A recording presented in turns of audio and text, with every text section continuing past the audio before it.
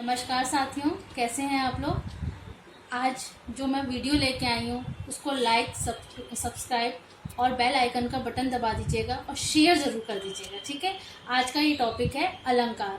ये जो टॉपिक है ये सभी विद्यार्थियों के लिए बहुत ही इम्पोर्टेंट है और आप लोग मैं सरल से सरल तरीका उससे लेके बताऊंगी आपको, जिससे कि आप सभी को ये अलंकार जो है वो समझ में आ जाएंगे।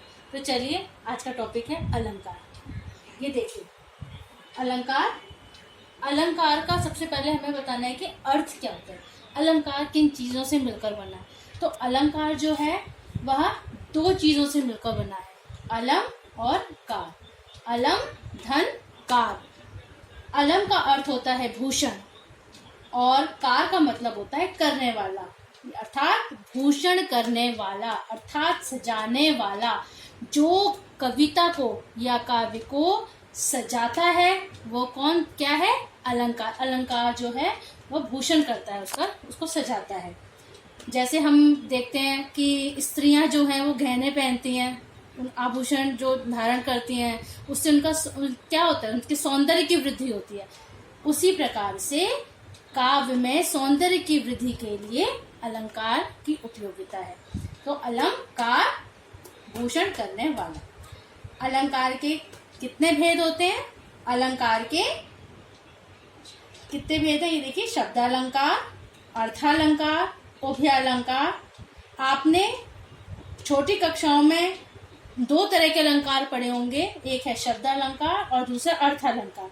लेकिन आगे जब हम 9th क्लास में आते हैं तो या 8th क्लास में या 9th क्लास में, तो हम देखते हैं कि उसमें तीसरा अलंकार भी हमें पढ़ने को मिल जाता है, वो होता है उभयालंकार। तो शब्दालंकार, अर्थालंकार और उभयालंकार।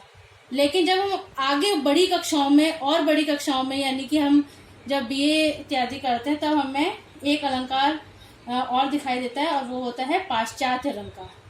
तो शब्दालंकार, अर्थालंकार, उभयालंकार और पाश्चात्य अलंकार।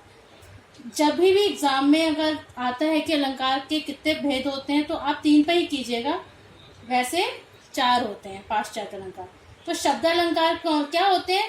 शब्दालंकार वे होते हैं जो शब्दों में चमत्कार उत्पन्न करते हैं। जैसे आपका कोई भी दोहा ले लीजिए, कोई कविता है, उसमें अगर आपका शब्दालंकार में जो शब्दों की शोभा बढ़ाते हैं वो शब्दालंकार होते हैं। जैसे शब्दालंकार में, जैसे अगर मान लिया, और इसमें जो शब्द या पर्याय रखने पर इनकी शोभा जो है वो समाप्त हो जाती है। अगर हम कोई भी कविता है, जैसे अगर मान लो कोई दोहा है या कुछ भी है, जैसे कनक कनक ते 100 गुनी मादकता अधिकार, और कनक कनक, तो कितनी वो सुंदरता उसमें किसमें आ रही है? कनक कनक में। और अगर कनक कनक की जगह हम एक कनक की जगह हम सोना रख दें तो क्या आप बता सकते हैं क्या वो शोभामान होगा? नहीं होगा। काव्य की जो शोभा है वो समाप्त हो जाएगी, हम उसका पर्याय रख ही नहीं सकते। जो शब्द जिसकी सुंदरता जहाँ पर है उसको हम वहीं रखेंगे। इसीलिए शब्दालंकार में शब्द या पर्याय रखने पर उनकी शोभा समाप्त हो जाती है। ठीक है। इस प्रकार होता है अर्थालंकार। अर्थालंकार देखो, शब्द से ही पता चल रहा है, ये शब्द में चमत्कार उत्पन्न होता है। यहाँ पे अर्थालंकार यानी अर्थ में चमत्कार उत्पन्न होता है। ठीक है। और अर्थ में जो चमत्कार उत्पन्न होता है, इसमें हम अगर उसका पर्याय भी रख देते हैं तो कोई उसकी शोभा समाप्त नहीं होती है। अब जैसे अगर मान लीजिए चरण कमल बंदो हरि राय, चरण कमल, तो चरण की जगह हम अगर पग भी रख देंगे तो भी वो रूपक की अलंकार होगा। ठीक है।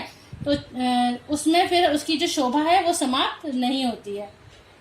तीसरा है उभयालंकार। उभया यानी दोनों, जिसमें शब्द और अर्थ दोनों की ही विशेषता पाई जाती है। दोनों में ही चमत्कार उत्पन्न होता है, शब्द में भी होता है और अर्थ में भी होता है, वहां पे उभयालंकार होता है। इसी तरीके से एक चौथा अलंकार जो आया है वो है पाश्चात्य अलंकार। और ये कहाँ से आया है? ये आया है हिंदी साहित्य पर जो पाश्चात्य प्रभाव पड़ा है उसके कारण ही ये पाश्चात्य अलंकार हमारे यहाँ आ गया है। हाँ, अब देखिए, जैसे अब एक एक अलंकार करके हम लेंगे। तो हम सबसे पहले लेंगे शब्दालंकार। शब्दालंकार के बारे में मैंने आपको बता ही दिया है। तो शब्दालंकार में सबसे पहला अलंकार, इसमें 3 अलंकार हैं, जैसे शब्दालंकार, में अनुप्रास अलंकार, यमक अलंकार और श्लेष अलंकार। ठीक है, तो सबसे पहले मैं अनुप्रास अलंकार लूंगी और उसके भेद। तो अनुप्रास अलंकार कहाँ होता है? जहां पर एक या एक से अधिक व्यंजनों की क्रमिक आवृत्ति होती है। कैसी आवृत्ति होती है? क्रमिक। क्रमिक मतलब होता है क्रम से, मतलब क्रम से वो आते हैं, तब वहां पर अनुप्रास अलंकार होता है। जैसे व्यंजन क्या होते हैं? क, ख, ग, घ, तो इनकी जो है इनकी आवृत्ति होती है, तब जाकर के अनुप्रास अलंकार होता है। लेकिन स्वर का समान होना इसमें आवश्यक नहीं होता है। ठीक है, अनुप्रास अलंकार एक या एक से अधिक व्यंजनों की क्रमिक आवृत्ति होती है और इसमें स्वरों का होना आवश्यक नहीं है, स्वर का समान होना आवश्यक नहीं है। अब उदाहरण देखिए, जैसे ये तो बहुत ही ऐसा उदाहरण है कि ये अनुप्रास अलंकार जैसी बोला जाता है तो हमारे दिमाग में सबसे पहले यही वाला उदाहरण आता है, तो इसलिए मैंने ये लिया है क्योंकि ये ज्यादातर सबको याद भी होता है। तो चारु चंद्र की चंचल किरणें खेल रही हैं जलथल में। अब देखिए, अब कैसे है ये अनुप्रास अलंकार? देखो ये क्या है, पूरा ये एक शब्द है।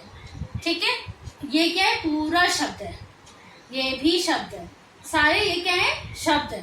अब शब्द का जो है पहला वर्ण, ये जो पहला वर्ण है च, ये है ना च, और इसके बाद जो दूसरा शब्द आरंभ हुआ है उसका भी पहला वर्ण क्या है? च। तो यहाँ पर क्या हुआ है? एक वर्ण की आवृत्ति एक से अधिक बार हुई है, यानी च आया है और च से ये शब्द शुरू हुआ है और दूसरा शब्द भी च से शुरू हुआ है, यानी च और च, इसके ये वाला च और इसके बाद ये वाला च, यानी एक च की आवृत्ति एक से अधिक बार हुई है। तो यहाँ पर कौन सा अलंकार है? यहाँ पर अनुप्रास अलंकार है। ठीक है, तो ऐसे ही इसके अनुप्रास के मैंने कई सारे भेद आपको, और इसके अनुप्रास अलंकार के कई सारे उदाहरण मैंने इधर लिख दिए जिससे कि आपको और अच्छी तरह समझ में आ जाएगा। देखिए, जैसे तरनी तनुजा तट तमार तरुवर बहु छाए, मतलब सुनने में कितना अच्छा लग रहा है। एक वर्ण की आवृत्ति क्या हो रही है? बार बार हो रही है, तरनी तनुजा तट तमार तरुवर बहु छाए। एक शब्द किससे शुरू हुआ है? त से। दूसरा शब्द भी किससे शुरू हुआ है? त से। अब देखिए, तीसरा भी किससे शुरू हुआ है? त से। चौथा किससे हुआ है? त से। पांचवा किससे हुआ है? त से। तो ये देखिए, त त त त की कितनी हो रही है? आवृत्ति हो रही है। ये क्या हो रहा है? एक से अधिक बार आ रहे हैं। ठीक है, इसीलिए यह अनुप्रास अलंकार है। और एक उदाहरण और देखिए, जैसे प्रतिभट कटक कटीले केते काट काट। देखिए कितना अच्छा लग रहा है। क की आवृत्ति क्या हो रही है? दूसरा शब्द भी किससे शुरू हो रहा है? क से। देखिए, तीसरा भी किससे हो रहा है? क से। चौथा भी क से। ये देखिए क से। तो एक वर्ण की जो है आवृत्ति होती है, अगर ये एक के बाद दूसरा भी आता है, अगर एक साथ जैसे एक के बाद दूसरा आया है तो भी अनुप्रास अलंकार है, तीसरी बार आया है तो भी अनुप्रास है। इसमें अनुप्रास का भेद आ जाएगा, लेकिन फिलहाल ये सिर्फ अनुप्रास अलंकार को समझने के लिए जरूरी है कि इसमें व्यंजनों की आवृत्ति हो रही है। देखो, तीसरा उदाहरण देख लेते हैं। मृदु मंद मंद मंथर मंथर। तो देखो, म से शुरू हुआ है, फिर दूसरा शब्द भी म से, अगर यहाँ तक भी होता तो भी अनुप्रास अलंकार होता, उसके बाद भी आया है तो भी अनुप्रास अलंकार है। देखो, उसके बाद भी है, ये देखिए, म की आवृत्ति से सुनने में ही बहुत मधुर लग रहा है। अब इसकी जगह अगर हम कुछ और शब्द रख देते, इसका पर्याय रख देते, तो क्या ये अच्छा लगता सुनने में? ये अच्छा नहीं लगता और इसमें अनुप्रास अलंकार फिर नहीं हो पाता। इसीलिए जहां पर एक से अधिक व्यंजनों की आवृत्ति हो रही है, वर्णों की आवृत्ति हो रही है, तो वहां पर अनुप्रास अलंकार है। अब अनुप्रास अलंकार के हम भेद देखते हैं।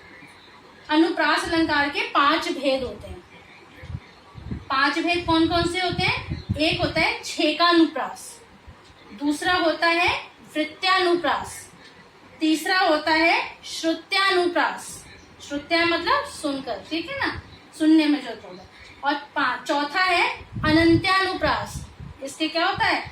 इसके अंत में जो दोहा या कविता है, उसके जो तुकांत होते हैं ना, तुकबंदी जैसे कहते हैं हम, जो तुकांत होते हैं उसमें आता है ये अनंत्यानुप्रास।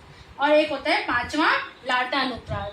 तो वीडियो अधिक लंबी ना हो जाए, इसीलिए अभी मैंने सिर्फ आपको इसके नाम बताए हैं कि शब्दालंकार में अनुप्रास अलंकार, अनुप्रास अलंकार में उसके भेद, सिर्फ अभी इसके नाम बताए हैं।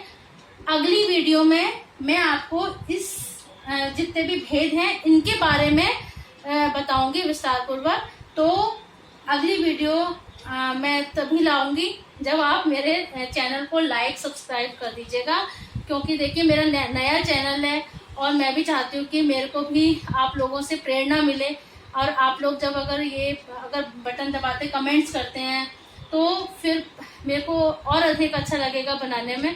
तो मैं अगली वीडियो में फिर मैं आपको इसके बारे में बताऊंगी। धन्यवाद।